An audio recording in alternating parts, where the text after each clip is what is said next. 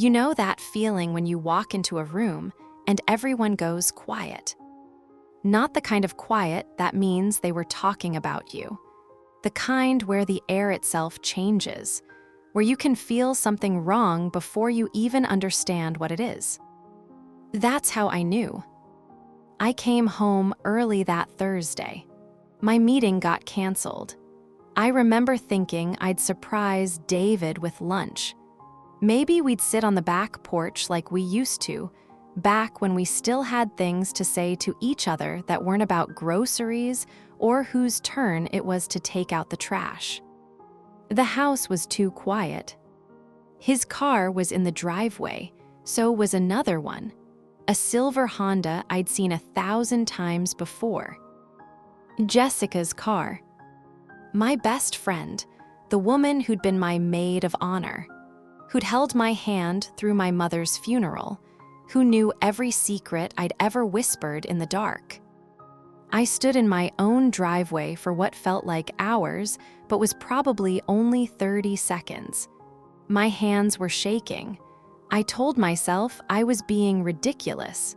She probably stopped by to drop something off. Maybe they were planning a surprise for my birthday next month. I wanted so badly to believe that.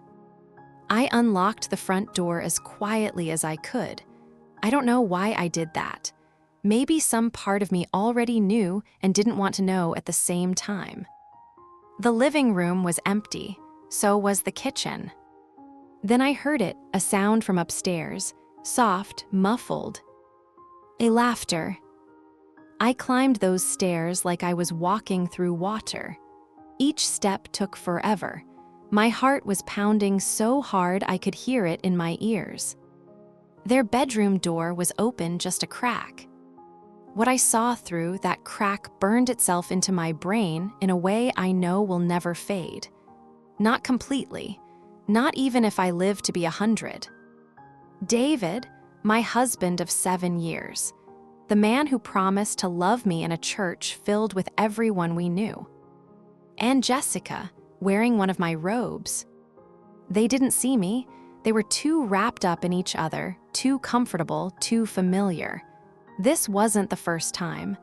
I could tell from the way they moved around each other, from the way she laughed at something he said, from the way he touched her face. This had been going on for a while. I backed away, down the stairs, out the door, into my car. I drove for 2 hours before I realized I had no idea where I was going. If you've ever had your entire world crack open in a single moment, you'll know what I mean when I say I couldn't think. I couldn't breathe. I couldn't do anything except drive. By the time I pulled into a random parking lot and finally let myself cry, it was dark outside. I thought about confronting them, screaming, throwing things, burning his clothes in the front yard like they do in movies. But something else was growing inside me, something cold, something sharp. I wanted them to hurt the way I was hurting, but not just for a moment, not just for a day. I wanted them to understand what they'd done, really understand it. And that's when the idea started to form. I went to a hotel that night. One of those extended stay places where no one asks questions, and the walls are thin enough to hear other people's lives falling apart too. I didn't sleep. I couldn't.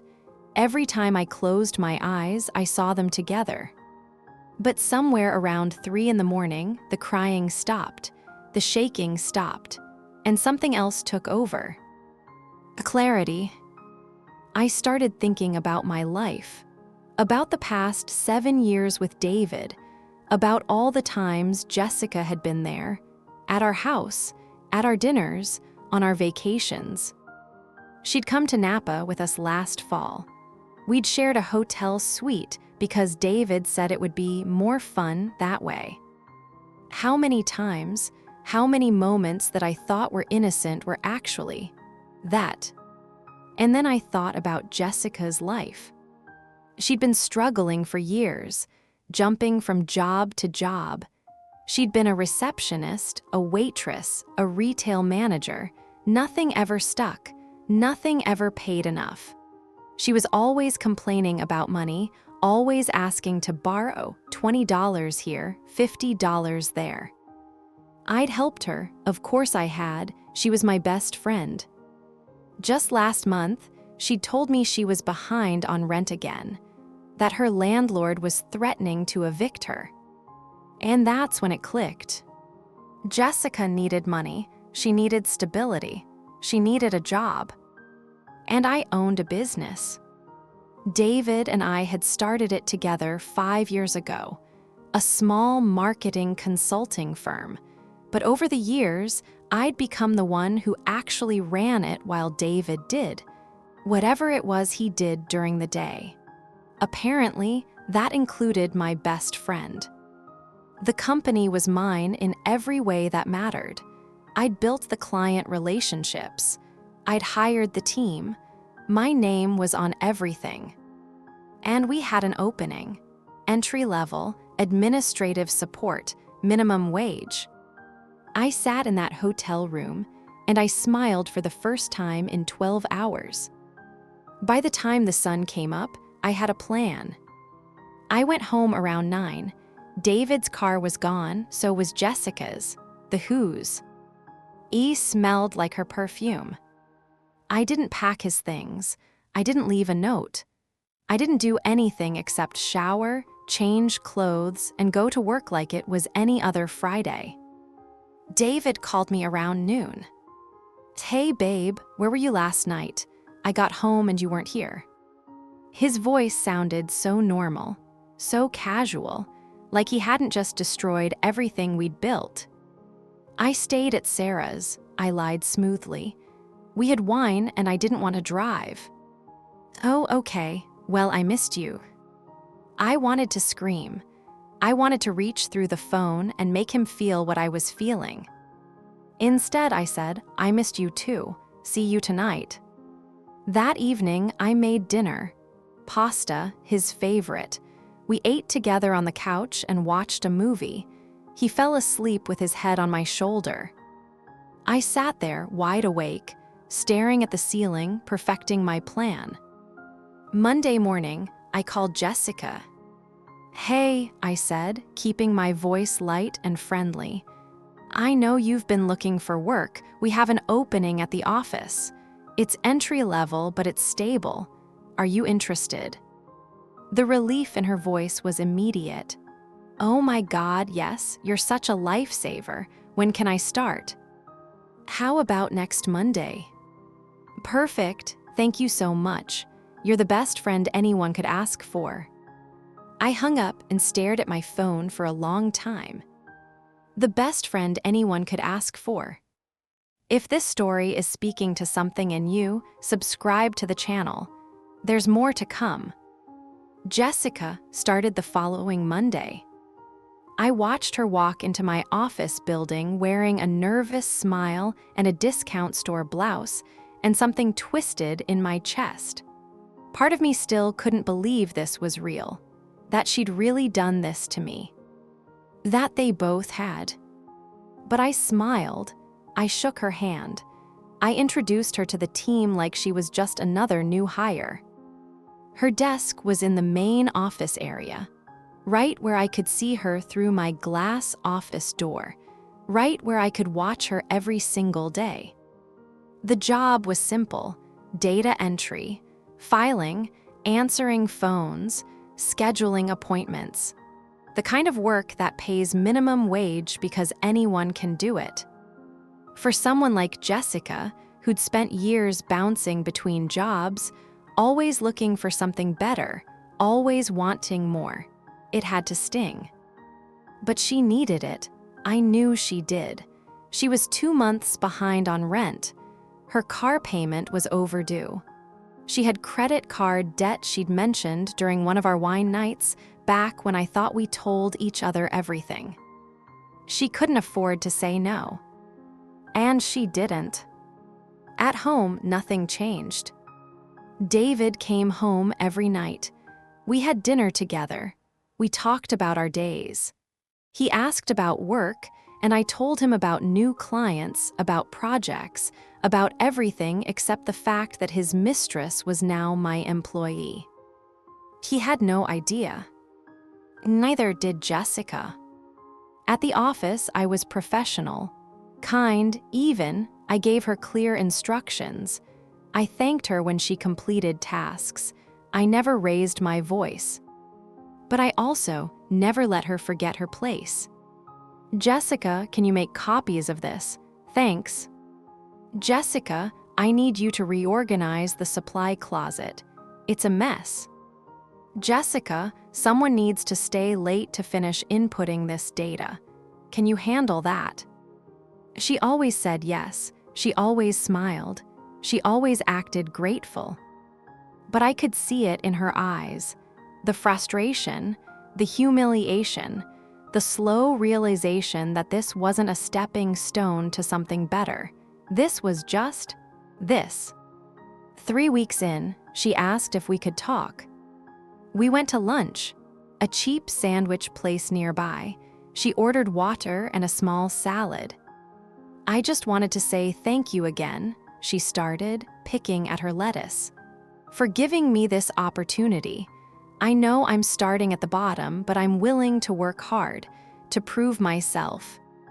I took a sip of my iced tea and looked at her, really looked at her. She looked tired, stressed. There were circles under her eyes that her makeup couldn't quite hide. You're doing fine, I said. Just keep showing up and doing the work. Is there any chance? She hesitated. I mean, eventually, could there be room for growth, maybe a raise or a different position? I let the question hang in the air for a moment. We'll see, I said finally. These things take time.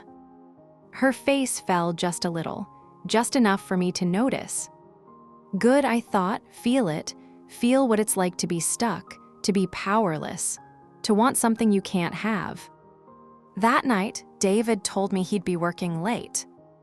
Big project, he said, kissing my forehead. Don't wait up. I wondered if he was actually working, or if he was with her. But here's the thing, I didn't ask. I didn't check his phone, I didn't follow him. Because I didn't need to. I already knew the truth, and I was already doing something about it, something slow, something deliberate. Something that would hurt in ways they wouldn't even understand until it was too late. I went to bed alone that night and slept better than I had in weeks. 2 months passed. Jessica showed up every day, did her work, collected her minimum wage paycheck. I watched her become smaller. Not physically, though she had lost weight.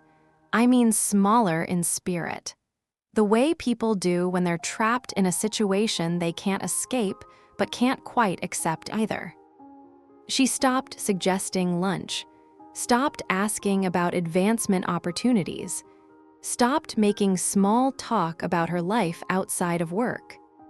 She just came in, sat at her desk, and did what I told her to do. At home, David was distant. Not in an obvious way.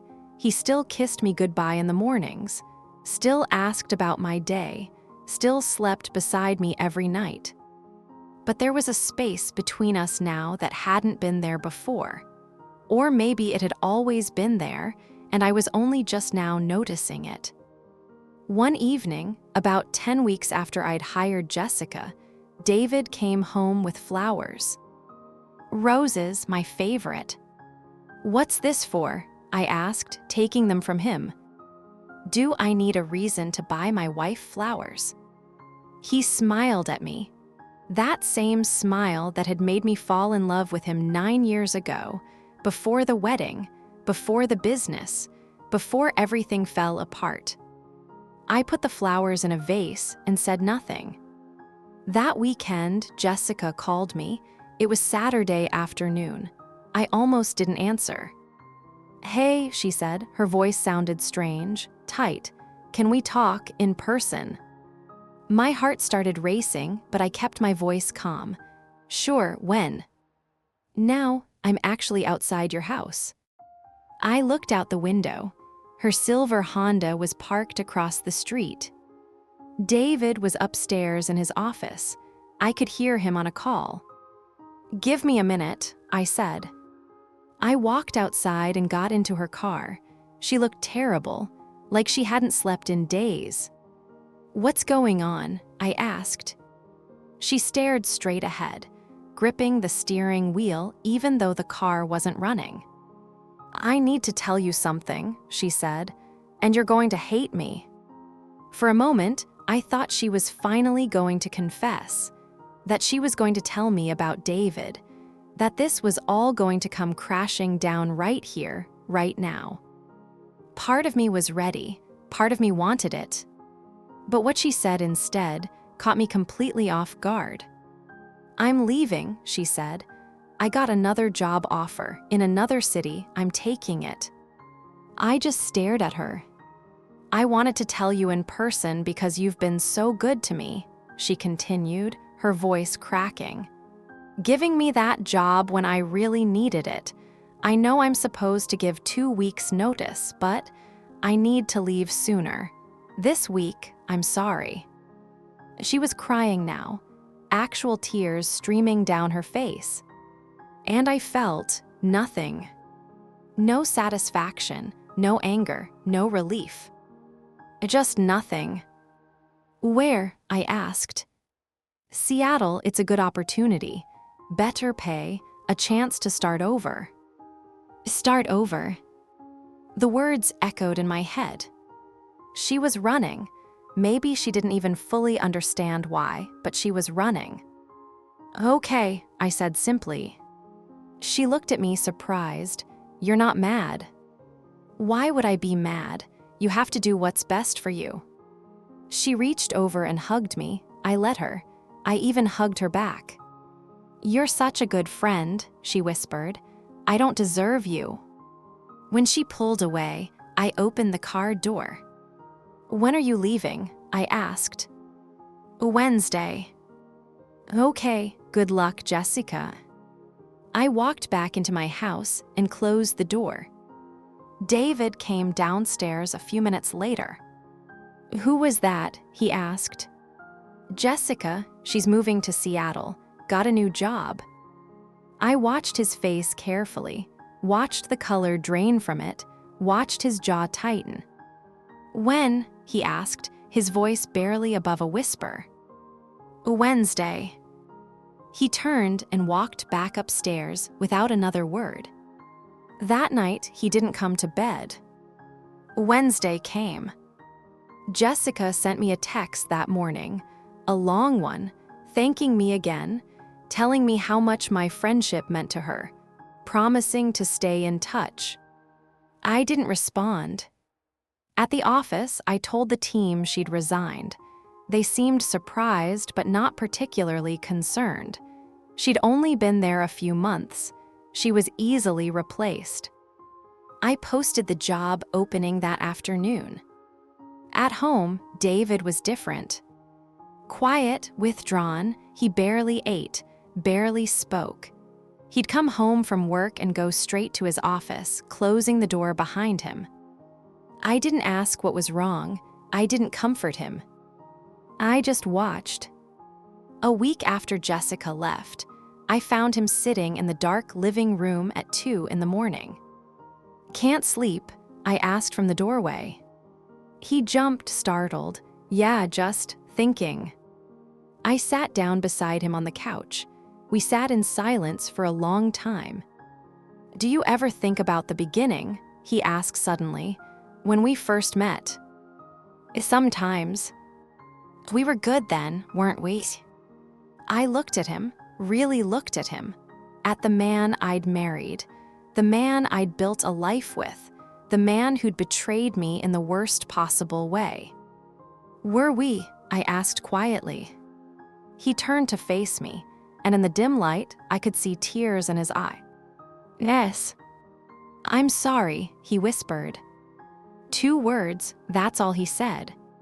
He didn't specify what he was sorry for, didn't confess, didn't explain. But we both knew. I know, I said. We sat there in the darkness, two people who'd once loved each other, who'd once promised forever, now just sitting. What happens now? He asked. It was a good question, one I'd been asking myself for months. I thought about divorce, about lawyers, about splitting everything down the middle and starting over. I thought about confrontation, about screaming all the things I'd kept bottled up inside, about making him say it out loud, about making him admit what he'd done. I thought about Jessica in Seattle, starting her new life, probably relieved to be away from whatever mess she'd left behind. And I thought about revenge, about how I'd hired her at minimum wage, about how I'd watched her struggle, about how she'd run away without ever really understanding why. But none of it felt like enough. Because here's what I'd learned over these past few months. Revenge doesn't heal you. It doesn't put you back together. It doesn't make the pain go away. It just makes you someone you don't recognize when you look in the mirror. I don't know, I finally answered. I honestly don't know. If this story has touched something in you, leave a comment below. I read every single one, and if you want to hear more real stories like this, subscribe to the channel. The following Monday, I did something I hadn't done in years. I called in sick. I wasn't sick, not physically anyway, but I needed time to think, time to just be. David left for work like normal. He hesitated at the bedroom door like he wanted to say something, but then just left. I stayed in bed until noon. Then I got up, made coffee, and sat on the back porch. It was early spring, the kind of day where the air is just starting to warm up but still has that cool edge to it. Birds were singing. The neighbor's dog was barking. Life was just happening. And I realized I hadn't really been present for any of it. For months, I'd been so focused on my pain, on my plan, on watching Jessica suffer in her small way, that I'd forgotten to ask myself the most important question. What did I actually want? Did I want David to hurt the way he'd hurt me? Yes, part of me did. Did I want Jessica to understand what she'd done? Absolutely. But more than that, more than any of that, I wanted to feel like myself again. I wanted to wake up in the morning without that weight in my chest. I wanted to look in the mirror and recognize the person staring back at me. I wanted to laugh without it feeling forced. I wanted to trust again, even if I didn't know how. And I couldn't do any of that while I was still holding onto this. That evening, when David came home, I was waiting for him. "We need to talk," I said. He nodded, like he'd been expecting this. We sat at the kitchen table, the same table where we'd eat 1,000 meals together, where we'd paid bills and made plans and talked about someday having kids. "I know about Jessica," I said. The words hung in the air between us. He didn't deny it, didn't make excuses. He just looked down at his hands and nodded. "How long have you known?" he asked quietly. "Since that Thursday, when I came home early, I saw you together." He looked up at me, shocked. "That was months ago." "Yes." "And you hired her. You had her working for you." "Yes." Understanding dawned on his face, then something else. Something that might have been respect or horror or both. "Why?" he asked. I thought about that question, really thought about it. "Because I wanted you both to hurt," I said honestly. I wanted her to feel small and powerless and stuck. I wanted to watch her struggle every day. I wanted to take away her power the way you both took away mine. It didn't work. "No," I admitted. "Not really. It just made me someone I don't want to be." He was crying now, actually crying. I'd only seen David cry twice before, once at his father's funeral, once when his childhood dog died. "I don't know why I did it," he said. "I don't know how to explain it or justify it because there is no explanation, no justification. I destroyed the best thing in my life for nothing." "Was it nothing?" I asked. "Did you love her?" He looked at me for a long time. "I don't know," he said finally. "Maybe I thought I did, or maybe I was just lonely and she was there and it was easy. I don't know anymore." "Were you lonely with me?" "I think we both were," he said softly. "We stopped seeing each other somewhere along the way. We became roommates who ran a business together. I'm not saying that's an excuse. It's not. But yes, I was lonely. And I handled it in the worst possible way." I stood up and walked to the window. Outside, the streetlights were coming on. "I don't know if I can forgive you," I said. "I don't know if I even want tea."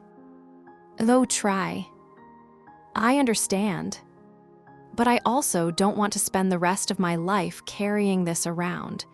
This anger, this hurt, it's eating me alive, David, and I can't do it anymore." He came and stood beside me, not touching, just present.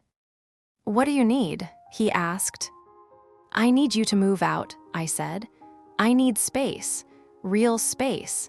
Not the fake kind where we pretend everything's fine while we're both drowning." "Okay.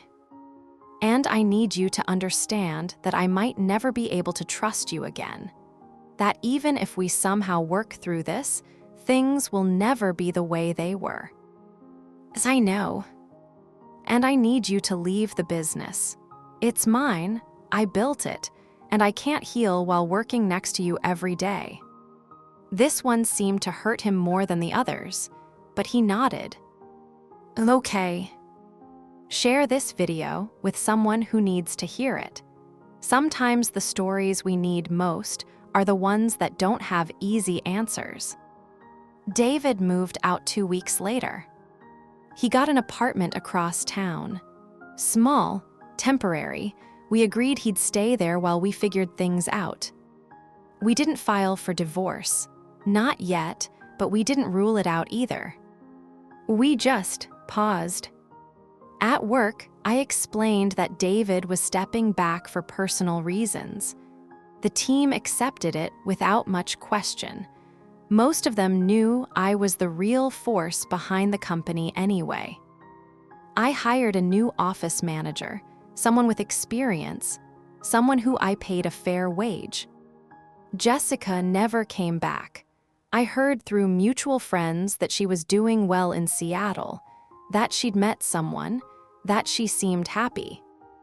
I was glad, I think, not for her sake, really, but because it meant she was moving on with her life, which made it easier for me to move on with mine. I started therapy. It felt strange at first, sitting in a stranger's office, talking about my marriage, my choices, my pain. But slowly, week by week, it helped. My therapist asked me once, "Do you regret hiring her, making her work for you?" I thought about it for a long time. "Yes and no," I finally said. "I regret the person it turned me into, but I don't regret taking back my power, even if I did it in a messy way." "Do you think you could have taken back your power differently?" "Probably, but I was hurt and angry, and I couldn't see any other way forward. And now I can." 3 months after David moved out, he asked if we could have dinner. Not at home, at a restaurant, neutral ground. I agreed. We sat across from each other in a booth at a quiet Italian place we used to go to before everything fell apart. "You look good," he said. "Thanks, so do you." And he did. He looked lighter somehow, less burdened. I've been in therapy too, he said, working through some things, trying to understand why I made the choices I made. And have you figured it out? Some of it, not all of it, probably never all of it, but I'm trying. We ordered food, talked about safe things, work, the weather, a movie he'd seen. Then, over dessert, he said, I want you to know that I'm not asking you to forgive me. I'm not asking you to take me back. I'm not asking for anything except for you to know that I'm sorry, truly, deeply sorry, and that I'm going to spend the rest of my life being a better person than I was, whether that's with you or not. I looked at him and felt something shift. Not forgiveness, not exactly, but maybe the beginning of it, the possibility of it. I don't know what the future looks like, I said. For us, I don't know if there even is an us anymore. As I know. But I'm working on letting go of the anger, on forgiving myself for the things I did when I was hurt. And maybe someday I'll be able to forgive you too. That's more than I deserve. Maybe, but it's not about what you deserve. It's about what I need to be okay. We finished our coffee in comfortable silence. When we left, he hugged me goodbye, a real hug, the kind we hadn't shared in over a year. Thank you, he whispered, for dinner, for listening, for not giving up completely. Thank you for being honest, I said, finally. I drove home alone that night, and for the first time in a very long time, I felt something close to peace.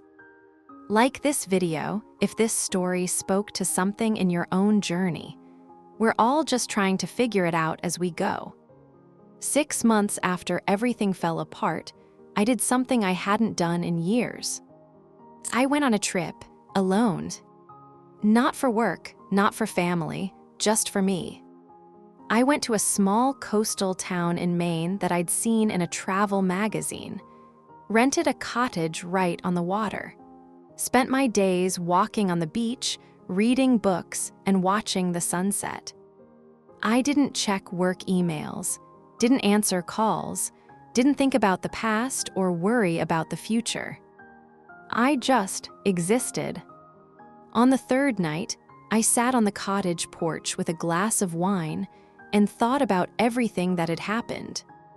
The betrayal, the pain, the revenge, the slow, difficult process of letting it all go.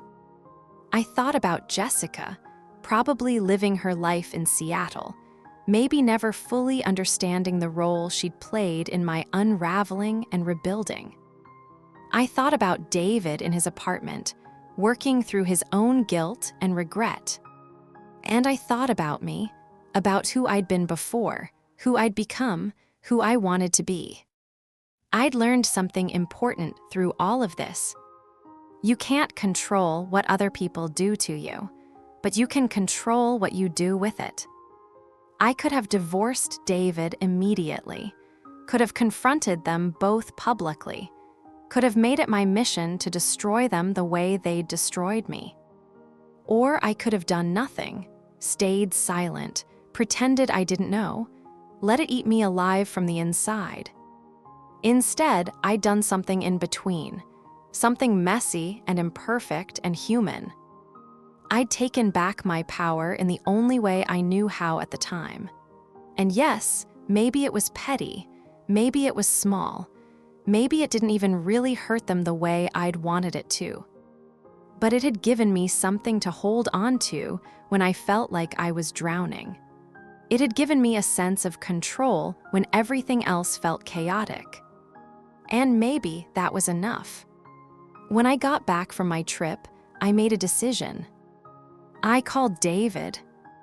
I think we should finalize the divorce, I said. There was a long pause. Okay, he said quietly, if that's what you want. It's not about wanting, it's about needing. I need to close this chapter completely, for both of us. I understand. It doesn't mean I hate you, I continued. And it doesn't mean I'm angry anymore. It just means I'm ready to move forward, really move forward. Are you happy? He asked. It was such a simple question, but it made me pause. Was I happy? I'm getting there, I said honestly. Some days are better than others, but I'm getting there.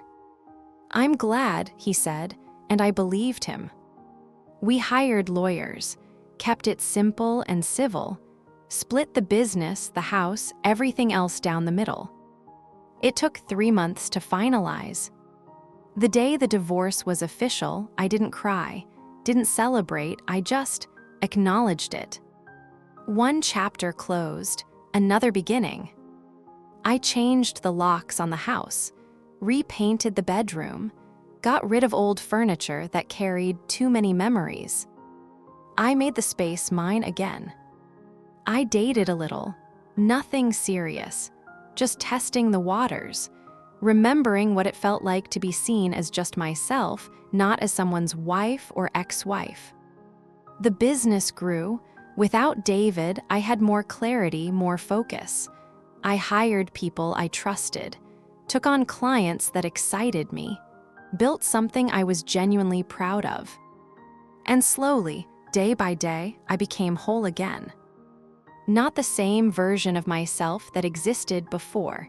That person was gone. But someone new, someone stronger, someone who knew her worth. Someone who'd walked through fire and come out on the other side. Subscribe if you believe in second chances, not for other people, but for yourself. A year after the divorce was finalized, I got an unexpected message. Jessica. It was a long email. She'd clearly spent time writing it. She told me she'd been in therapy, that she'd been working through a lot of things, that she'd come to understand the depth of what she'd done. She apologized, not with excuses or explanations, just a simple, raw apology. She said she didn't expect me to forgive her, didn't expect a response. She just needed me to know that she was sorry and that she carried the weight of what she'd done every single day. She told me she'd ended things with David before she moved to Seattle, that it had never been real, that she'd been lonely and broken and had made terrible choices. She told me she thought about me often, about our friendship, about everything we'd lost. I read that email 3 times. Then I closed my laptop and went for a walk. I thought about responding, about writing back and saying, what, that I forgave her, that I didn't, that it didn't matter anymore. But I realized I didn't owe her anything, not a response, not forgiveness, not closure. The closure was mine to find, not hers to receive. So I never wrote back. And strangely, that felt right. Some months later, I ran into an old friend at a coffee shop, someone I hadn't seen in years. We caught up, talked about life, about work, about everything and nothing. You seem different, she said. Good different, like you figured something out. I smiled. Maybe I have. Care to share? I thought about it. I learned that you can survive things you thought would destroy you, I said. And that sometimes the people who hurt you the most teach you the most important lessons. Not because they meant to, but because you refuse to let the pain be meaningless. She nodded slowly. That's pretty profound.